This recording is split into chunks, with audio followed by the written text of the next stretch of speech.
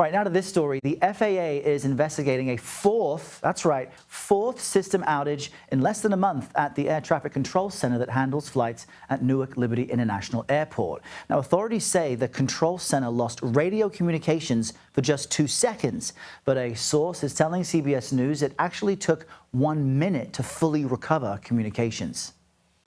Just be advised, we may be having a frequency outage. United 2295. Go ahead, 2295. It may be a while. They lost the radar and frequencies again. CBS News senior transportation correspondent Kris van Cleave is here with us in Studio 55 with more on this. Kris, great to see you. Good to be here. Welcome back to the mothership. But tell us about this latest outage, because we're talking about the difference between seconds and minutes. But what in reality does that mean for folks who are flying? Well, I think for folks that were flying, they probably didn't notice much of anything. You may have sat on the lineup to take off a little bit longer than you otherwise would have. What appears to be happening here is the communications line going into this facility, they're old. And we've heard a lot about how this aging system and copper wires to handle the telecommunications traffic, whereas like this building, you would use fiber optics. So it pulls data from a spot in Long Island and I believe from the Newark Tower.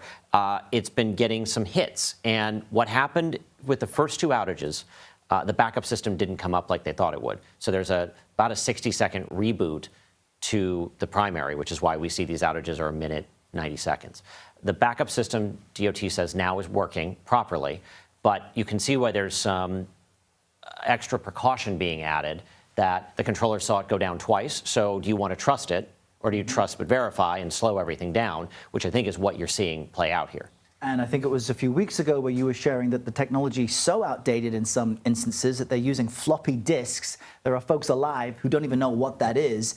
But you also have this layer of a staffing shortage, which is exacerbated by those air traffic controllers who took the 45 days off for trauma leave. How does that add to the complicated puzzle of staffing these places? Well, it's hard because the air traffic control staffing shortage goes back years, and it's not one you can quickly fix. It takes time to train the air traffic controllers, and then you don't start them in the New York airspace. It's the most complicated airspace in the world. You start somewhere else and you work your way up. So there is a lag to closing this staffing issue across the country, but particularly here, where even seasoned controllers still go through about a year of training before they can step in. Part of the decision to move control for Newark to Philadelphia was to improve staffing.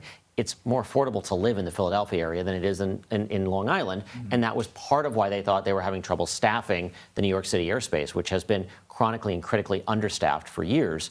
But it takes time to build that pipeline. It takes time to train. And then if you take about a half dozen controllers out of the mix, it does create additional staffing pressures, which result in less traffic being able to be handled. So fewer flights come in and out of Newark. Yeah, we've only got a couple seconds left. You were emphatic the other week about it still being safe to fly into Newark. Now that there's been a 4th incident, how safe is it to fly in? I flew into Newark on Sunday. And you'll fly out? And I will fly out. We'll see, because I don't know when I'm leaving. Oh, okay. Yeah, it's been a juggle. Look, if Kris van Cleave is flying out of Newark, it's fine for you. Kris, great to see you. Thanks so much.